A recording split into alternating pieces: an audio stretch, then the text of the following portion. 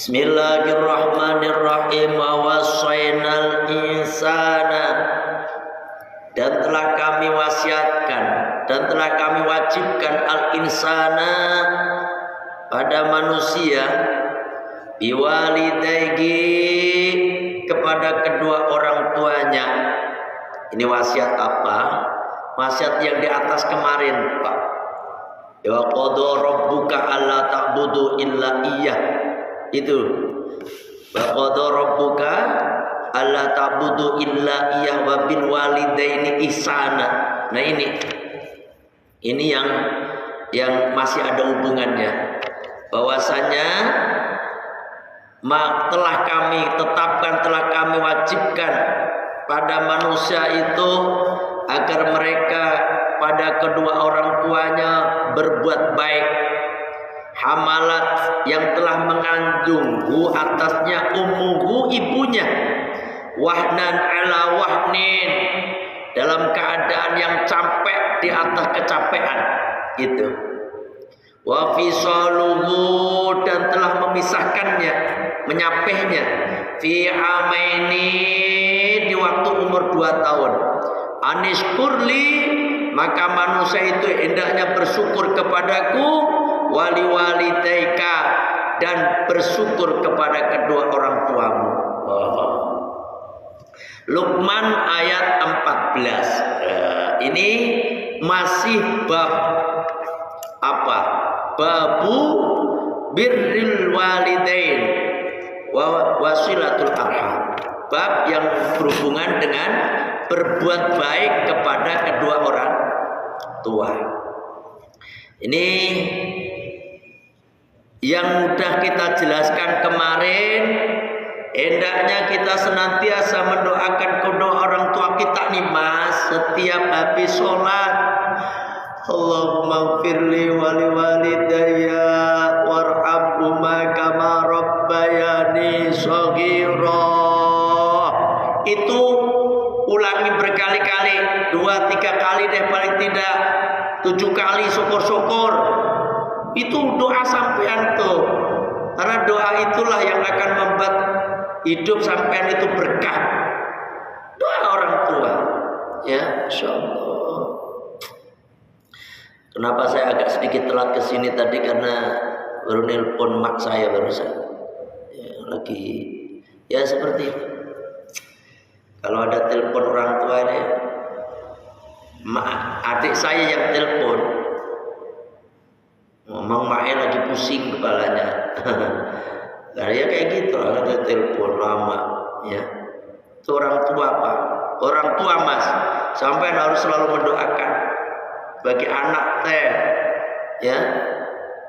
Syukur, lebih-lebih kalau udah ninggal.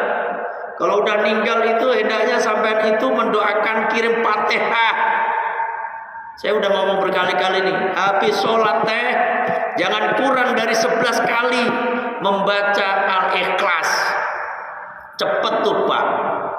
Ya Allah, semoga Engkau sampaikan pahala bacaan hamba, bacaan surat Al-Fatihah, bacaan surat Al-Ikhlas. Ya Allah, pahalanya untuk kedua orang tua hamba, ya Allah, yang sekarang ada di alam kubur. Begitu.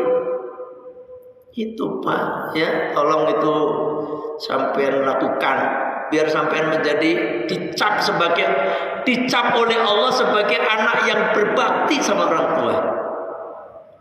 Jangan lupa, ya. Allahu Akbar. Nah, yang barusan kita baca, wa wassayna, dan telah kami wasiatkan al insana pada manusia biwalidayhi, hendaknya dia berbuat baik kepada orang tua. Gitu. Kenapa Pak?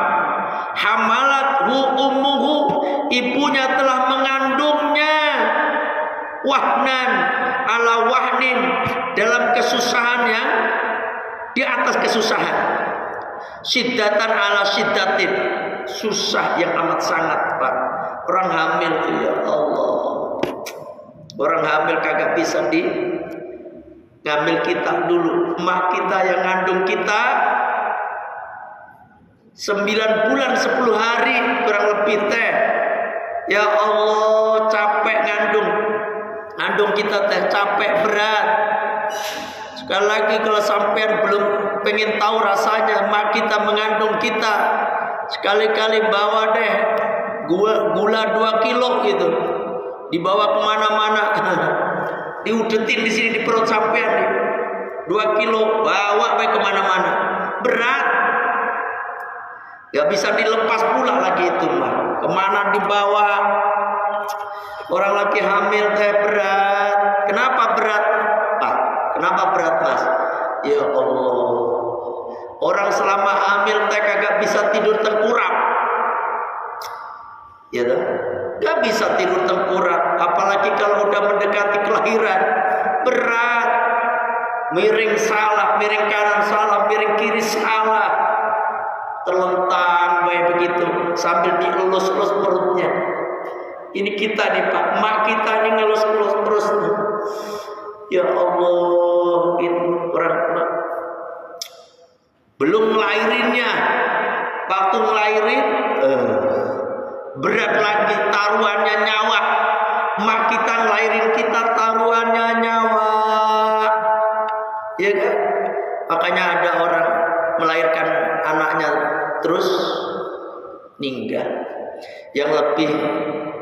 Yang lebih membuat kita terharu itu ada orang ya ngelahirin anak Pak, ngelahirin anak, dia setelah itu anaknya lahir, ya kan?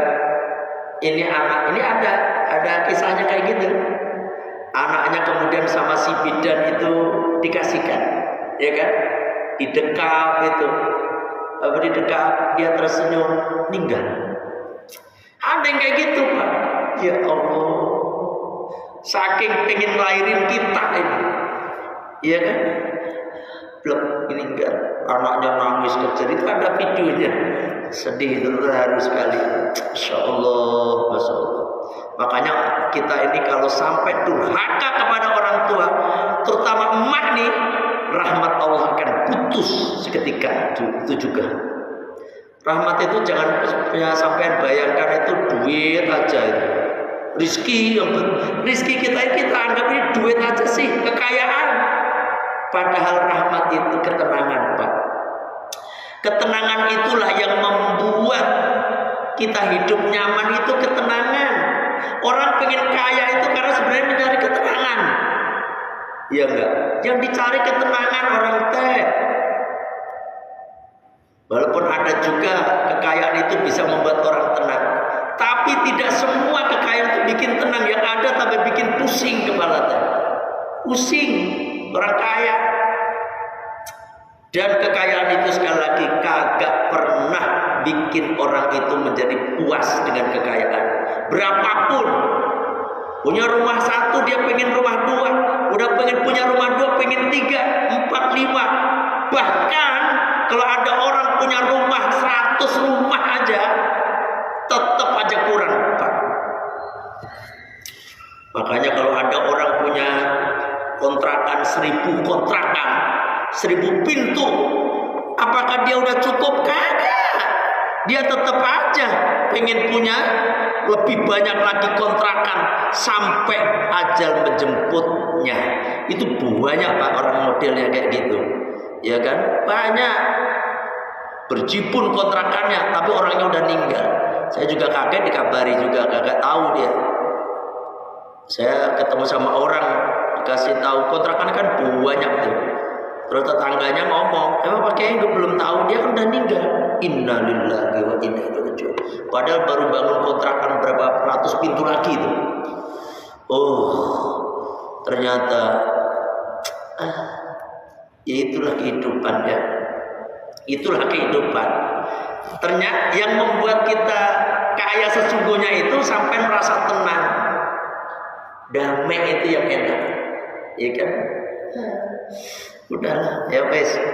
Jadi rahmat Allah itu kalau udah turun ke kita, membuat kita ini damai.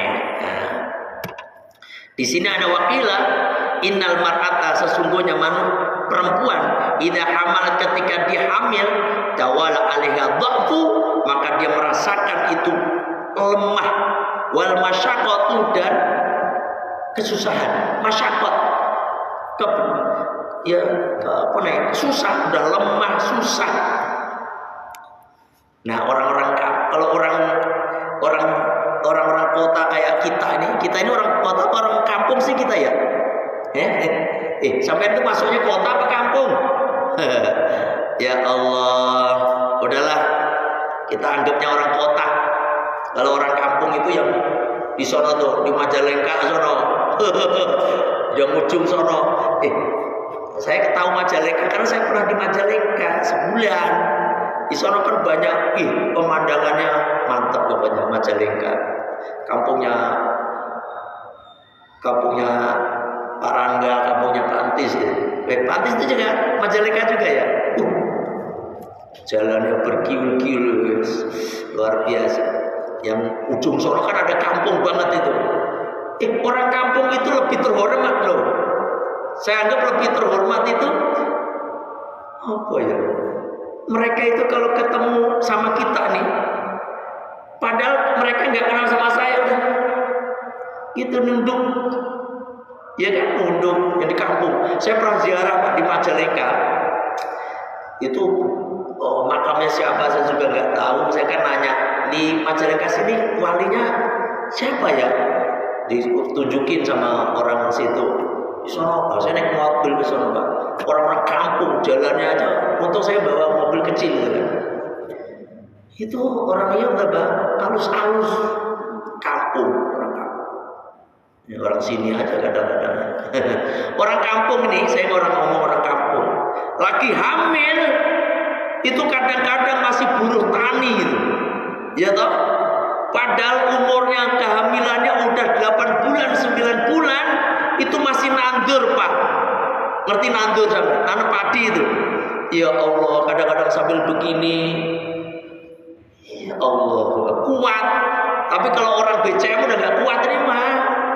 Saya makanya ngomong orang kampung. Sampai hampir kadang-kadang ada yang orang kampung itu habis tandur pulang, krosok mules, lahiran. Tuh. Itu kan hebat tuh ya. Daripada kita ini, kalau orang kota itu kalau hamil bed rest, pokoknya istirahat total, ya kan? Nah seperti itu. Tapi walaupun bed rest Pak, ibu kita itu masya Allah, ya, udah berkorban habis-habisan untuk kita. Lemah. Wadzalika anal amla dhafun. Yang demikian tersebut bahwasanya hamil itu membuat orang lemah. Wa talaqu dhafun. Udah hamil ya. Hamil itu udah lemah. 9 bulan loh ya, ibu kita ngandung kita nih. Masya Allah, semoga mak saya. Ini saya kalau dengar mak saya sakit gini nggak tenang juga saya Pak. Nggak tenang. Barusan tadi saya Mak lagi lorong, Pak D. Ini saya kalau dengar Pak E sakit ini nggak tenang. Saya pengen pulang juga nih. Kalau besok misalnya mak saya belum ini, saya pulang. Ya, saya ingat mak saya waktu membesarkan saya, sedih. Ingat gitu. Dulu kata mak saya kurus gitu ya, kurus kecil, aduh. Ngomong makan aja amang-amang, ingat ya. Jadi seperti itu, makanya ibu kita hamil lemah, watolku dhafun, melahirkan lemah lagi, itu tadi sakit. Wal wat'a dhafun, dan apa nengeran itu? Istilahnya setelah melahirkan kan nyusuin itu juga lemah. Mana kita ini anak laki-laki kadang-kadang nyusu pakai gigit lagi. Sampai nyusu dulu gigit nggak Pak? Gigit loh. Kok ingat loh ya? Mosok ini aneh. Umur 2 tahun loh. Berarti nyusunya gede wih. Masa gigit? Saya nggak ingat. Saya cuma diceritain mak.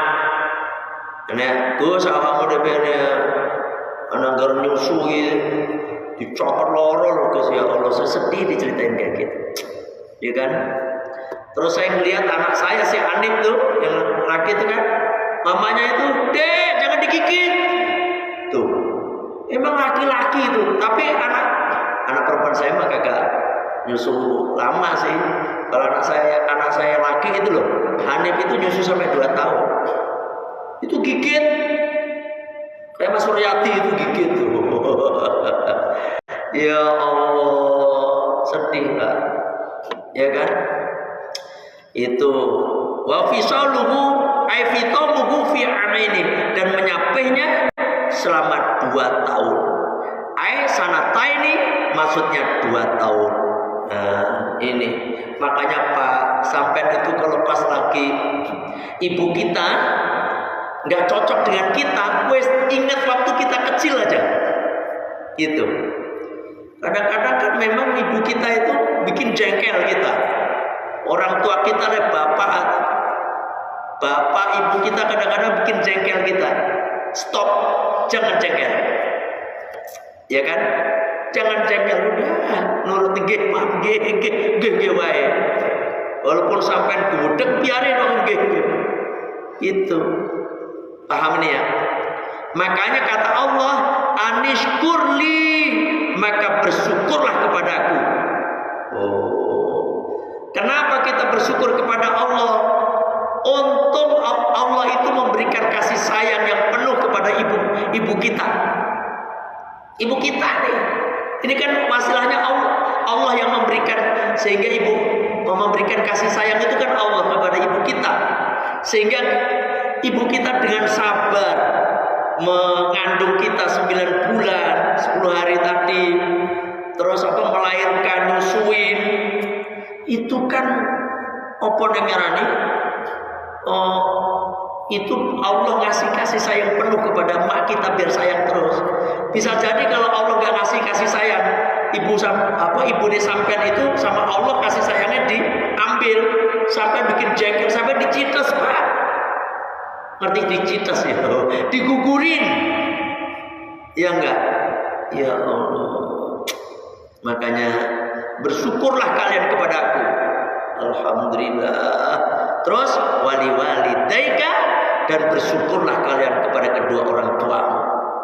Ini makanya ini sampean itu kalau ini saya udah ngomong juga sering bahwasanya sampean kalau pengen bahagia dunia akhirat, pokoknya selama masih ada orang tua, cari di kedua orang tua. Itu. Ini kadang-kadang ke orang lain yang belum tentu jelas kewaliannya. Makanya kepada orang tua itu udah jelas wali. Ibu kita wali kita, bapak wali kita. Ya tak? Kemarin ada yang nanya kayak itu, Ustaz siapa nanya itu ya di bed. Ini ada yang nanya, katanya mau menikah laki-laki. Ini binnya ke siapa?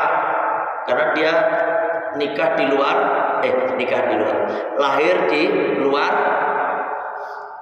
nikah, anaknya laki-laki, dia bingung mau dipinkan ke siapa. Saya bilang ya pinkan ke ibunya, itu palingnya ya ibunya itu. Terus yang laki-laki yang menghamili kemana itu katanya? Kemana itu? Saya nanya gitu. Nggak tahu kayak gini, pokoknya ceritanya begitu aja. Jangan dipinkan ke bapak yang ngambilin itu, kan di luar nikah. Ya tetap ke orang tua. Termasuk sampean itu Pak, kalau bikin akte kelahiran, sampean udah tua kayak begini, pasti binnya ke ibu. Nggak ada ke bapak itu. Kalau udah tua begini nih, coba aja. Sampean udah gede gini kan, terus ngajukan bikin akte kelahiran, pasti ke ibu. Sebenarnya negara kita ini agamis loh Pak. Agamis loh. Berdasarkan agama betul ya. Ya kan? Bahkan sekarang ada undang-undang kumpul kebo. Kumpul kebo sama kumpul sapi podo enggak ya? Podo ora. Kumpul kebo. Itu ada undang-undangnya loh. Kumpul kebo dihukum berapa tahun? Yang ngikutin berita itu, sampai nggak ngikutin berita? Parah nggak? Dihukum berapa tahun? 5 tahun. Jangan ngawur juga, nanti salah lagi. Kumpul kebo itu sekarang ada undang-undang. Ketangkap kumpul kebo dihukum pidana. Undang-undang kita makin bagus baik. Karena zaman sekarang gara-gara ada TikTok, bukannya ada TikTok, Facebook, Twitter, semua media sosial ini memancing orang untuk kumpul kebo. Saya kan punya kontrakan di villa itu. Pak Haji, ini bebas nggak? Katanya begitu. Pertanyaannya begitu, Pak, Mas. Pertanyaan ini bebas nggak Pak Haji katanya? Maksudnya bebas gimana, Mas? Enggak, kita bebas itu artinya kita bawa perempuan boleh nggak? Astagfirullahaladzim. Kepriwe sih? Saya bilang, ini kontrakan saya khusus suami istri. Gitu. Ada juga yang bukan suami istri tapi orangnya baik. Tapi saya janjiin tuh, Mas Usman namanya. Dia kan nggak sama istrinya. Dia bukan Usman sini, bukan. Ada Usman sini baik. Itu, dan yang satunya Mas Ismail, tapi dia udah berbeda. Saya bilang, kalau bujangan ketahuan dia membawa perempuan di kontrakan itu, hari itu juga wajib keluar dan tidak ada pengembalian uang. Gitu aja saya mah. Tapi mereka alhamdulillah bagus-bagus, tapi rata-rata keluarga. Sampai kalau punya kontrakan begitu, Pak, Mas, sampai kalau punya kontrakan, yang kontrak itu harus suami istri keluarga biar aman. Ya kan ada kan, coba lihat di Facebook ya, nyari kontrakan yang bebas, itu kan ada kan? Itu artinya dia bebas, laki perempuan bisa masuk. Ini kumpul kebo gitu. Ya, nanti kalau ada undang-undangnya, yang punya kontrakan juga akan disyarat. Wah, ngeri juga teman-teman. Jadi kontrakan, ya Allah, jangan ya, naudzubillah min dzalik.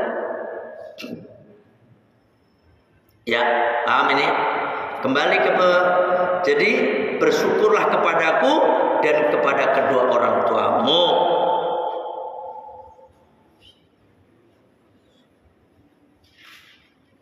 Nah, ya kan?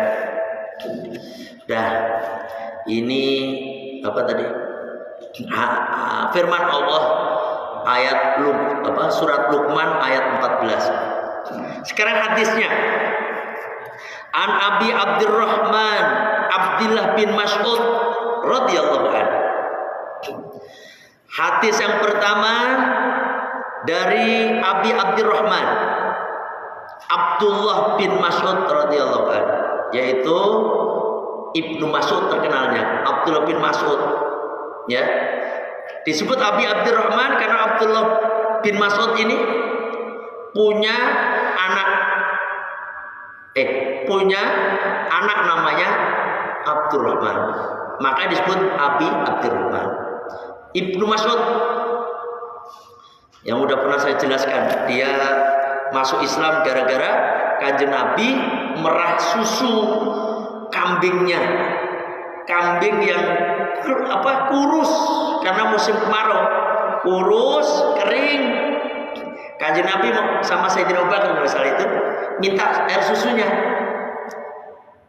Kata Ibnu Mas'ud yang punya kambing, mohon maaf Tuan, boro-boro ada air susunya, ini aja udah kurus kering ini kambing saya, kurus kering kagak ada susunya ini mah. Nah, akhirnya kata Kanjeng Nabi, mana yang kurus ini ya, dipegang itu apa namanya? Apa ngomongnya?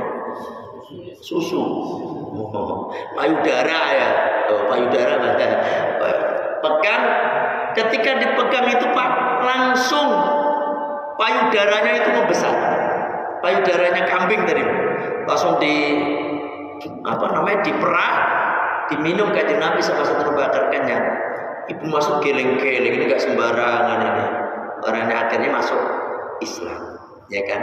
Ibnu Mas'ud yang berani membaca Al-Quran di depan kafir Quraisy saat itu, nggak perlu saya ceritain lagi. Saat itu aku bertanya, an-Nabiya, pada kanjeng Nabi Shallallahu Alaihi Wasallam.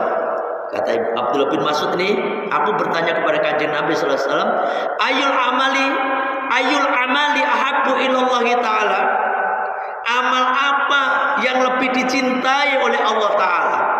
Qala, kata kanjeng Nabi, as-sholatu ala waktiha, yaitu sholat pada waktunya. Ini ada yang mengartikan as-sholatu ala waktiha bahwa fi riwayatin lahuma liwaktiha, di waktunya. Ini menunjukkan bahwasanya kalau bisa nih, kalau sholat itu di awal waktu. Ini nggak nyuruh awal waktu sih, enggak, karena sholat itu yang afdal itu di awal waktu, ya kan, di awal waktu. Terus yang kedua, yang penting sampai nggak berdosa, yang penting di waktunya. Sampai duhur jam 2:30 boleh nggak? Boleh. Dosa nggak? Enggak juga. Enggak. Tapi sampai kagak berjamaah.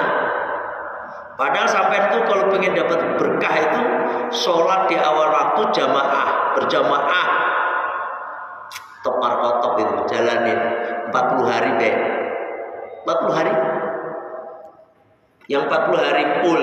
Saya nanya nih, 40 hari full jamaah, kagak pernah nggak jamaah di awal waktu, kacau. 40 hari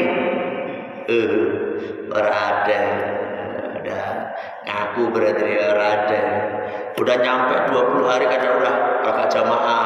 Kalau nggak jamaah terakhir di awal waktu, terdengar adzan, Allahu Akbar, langsung buru-buru datang ke masjid, buru-buru datang ke musola, buru-buru datang ke PT. Kalau sampai di PT itu ya langsung, jangan ke kantin. Allahu Akbar, kantin dulu makan dulu. Gagal.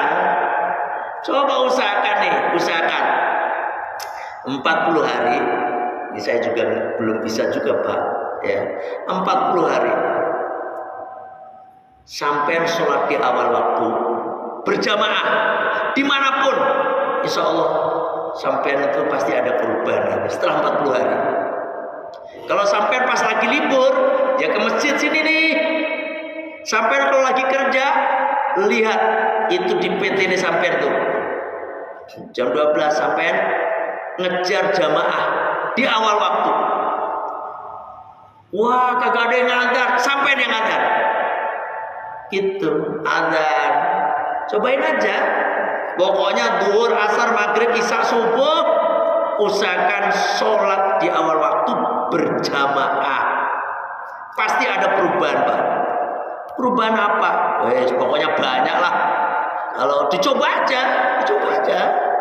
Nanti apa yang sampean inginkan, yang tadinya berdoa kok gak diterima-terima, perasaan doa ini gak diterima-terima, usahakan sampean sholat 40 hari 40 malam selama berjamaah di awal waktu. Oh, iya kan? Syukur-syukur ditambahin qobliyah ba'diyah. Yang penting sholat 5 waktu aja tadi di awal waktu. Itu afdol banget. Bisa dipraktekkan. Dipraktekkan aja. Nah, nanti ininya apa sih fadilahnya? Pokoknya sampai kerjain aja. Insya Allah pasti ada fadilahnya. As-sholatu ala sholat di waktunya, ya kan? Terus qultu tsumma ayun, kemudian aku bertanya, kemudian apalagi ya Rasulullah? Birrul walidain. Ini udah nggak perlu saya jelaskan. Berbakti kepada kedua orang tua, berbuat baik pada kedua orang tua. Ini amalan yang dicintai oleh Allah. Pak, namanya dicintai oleh Allah. Kalau Allah udah cinta kepada kita, apapun yang kita minta Allah kasih. Dicintai. Bahkan kita nggak minta aja Allah kasih, ya kan? Apalagi sampai minta dikasih sama Allah. Gitu. Sholat, kok seperti itu? Kalau sholat itu kita berbuat baik sama Allah, ya toh? Tapi jangan cuma berbuat baik sama Allah, ternyata kita wajib berbuat baik sama sesama manusia, terutama orang tua.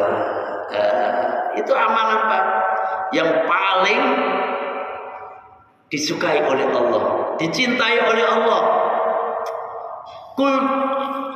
Kultu, kemudian aku bertanya, tumain, kemudian apalagi ya Rasulullah? Qala al jihadu fi sabilillah, yaitu jihad di jalan Allah. Muttafaqun alaih, hadis ini diriwayatkan oleh Imam Bukhari dan Imam Muslim. Jihad kita sekarang nggak ada perang, ya jihad kita yang ngaji kayak gini. Ini jihad Pak, kita lagi jihad. Ya, semua ibadah yang kita lakukan ini namanya jihad fisabilillah. Kalau kasih harta, ya sampai sedekahkan, dan seterusnya dan seterusnya. Di sini al jihadu fisabilillah li'ila'i kalimatillah, yaitu dengan tujuan meninggikan kalimatullah. Gitu.